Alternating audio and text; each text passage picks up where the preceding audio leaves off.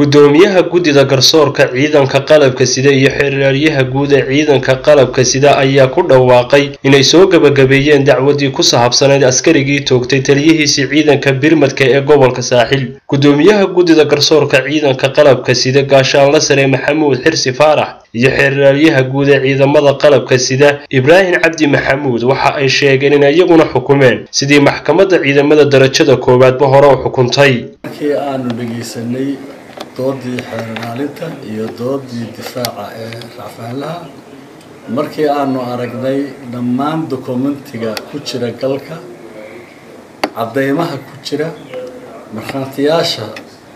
sida cad ee aan shakiga iyo mugdiga lahayn u furay qaabka uu dembigu u dhacay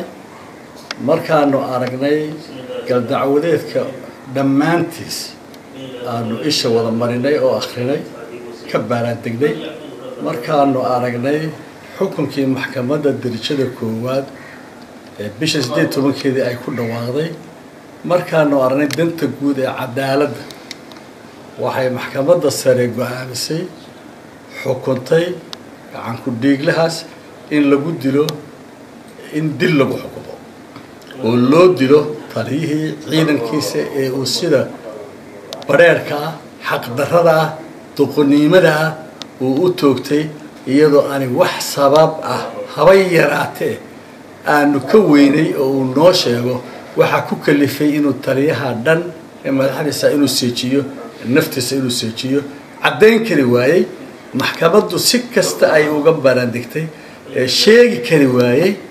halkaan ay ka muuqatay in uu taliyihiisa inuu dilo uu ay ahayd wax الحمد لله قرع عدالة بالمريي محكمة الدرجة كواد ويقاطي قانكي ويكقادي رحفان وهدلا سوقاتي باي ما انت ديبو قشي محكمة السريع لما بسلا ودوميه يدين قوة رمي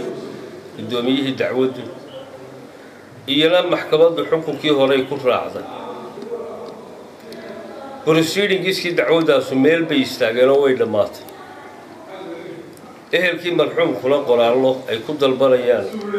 sida iyagu rabaan bay maxkamadda u keeneen waxaan rajaynayaa tallaabadii ku xigtay in loo gudbi doono waxaan mahad u celinayaa dadaalka ay sameeyeen gobolka saaxil mas'uuliyiinta joogto iminka inagala fadhiyo gudoomiye ku-xigeenka gobolka xukunku aad u xanuunsaday runtii aad bay ula tacaaleen iyagii ciidamada maamulka gobolka iyo ciidamada qalabka sida gobolka jooga.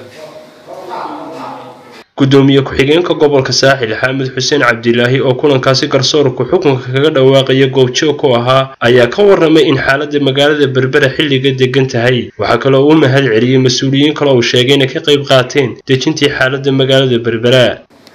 madaxweynahana waxaan uga mahadnaqaynaa sida wanaagsan ee hawlgalka wanaagsan iyo waxqabadka wanaagsan iyo dhisitaanka Soomaaliland iyo nabadgelyada Soomaaliland oo ilaalinayo heeganka uu yahay ee uu jecel yahay mar walba in wax way dhacaa halkooda lagu qabto aad baan uga mahadnaqaynaa. waxaan kaloo u mahadnaqayaa maxkamadda ciidamada ee sida fiican si aanay hawshu noogu sii socon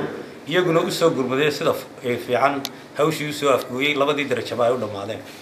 waxaan kaloo aad ugu mahadnaqayaa xeer ilaaliyaha oo ilaa maalintii hawshaas u dhacday mar qura aan naga dhinac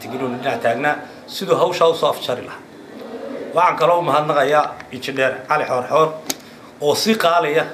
hawshan aad noogala shaqeeyay iyo dhammaan odayaashii intii nagala qayb qaadatayba aad baan ugu mahadnaqayaa. waxaanan leeyahay maanta walaalayaal ciidamada qaranka iyo dhammaan mas'uuliyiintu waxay ilaalinaysay sidii aan gobolka wax uga dhici lahayn dhibaatadii dhacday iyo ilaalinayeen iyadoo si kastoo loo shiiday ama dhibaato kastoo dhacda la ilaalinayay in xabad la rido. iyagana waxaan leeyahay ciidamada taliya qaybeedku u horeeyo iyo jaranka ciidamada fooxle oo nala joogay iyo dhammaan ciidamadaba aad baan ugu mahadnaqayaa sida wanaagsan ee kalsoonida ee aynu hawsha noola hawl qaateen ee aan u wada ilaalinay nabadgelyada inaanu halkeedii ku soo celin. ugu baaqayaa maanta wax way dhacaan hadday wax dhacaanna waxaa loo baahan yahay wax waliba siday yihiin in loo xalilo oo lagu qabto. waxaan leeyahay iyadoo ay odayaashu nagala shaqaynayeen dhammaan haween iyo dhalinyaraba dhammaantiin waxaan leeyahay maanta dawladii mowqifkii ay lahayd ee sharci way martay waxaynu ka dhul sugaynaa sidii hawlgalkiisa inta hadhay loo fulin lahaa waxaan leeyahay sidaasay nabadgelyada hal la wada ilaashado meel kasta aynu joogno mubaarak nirig Star TV Berbera.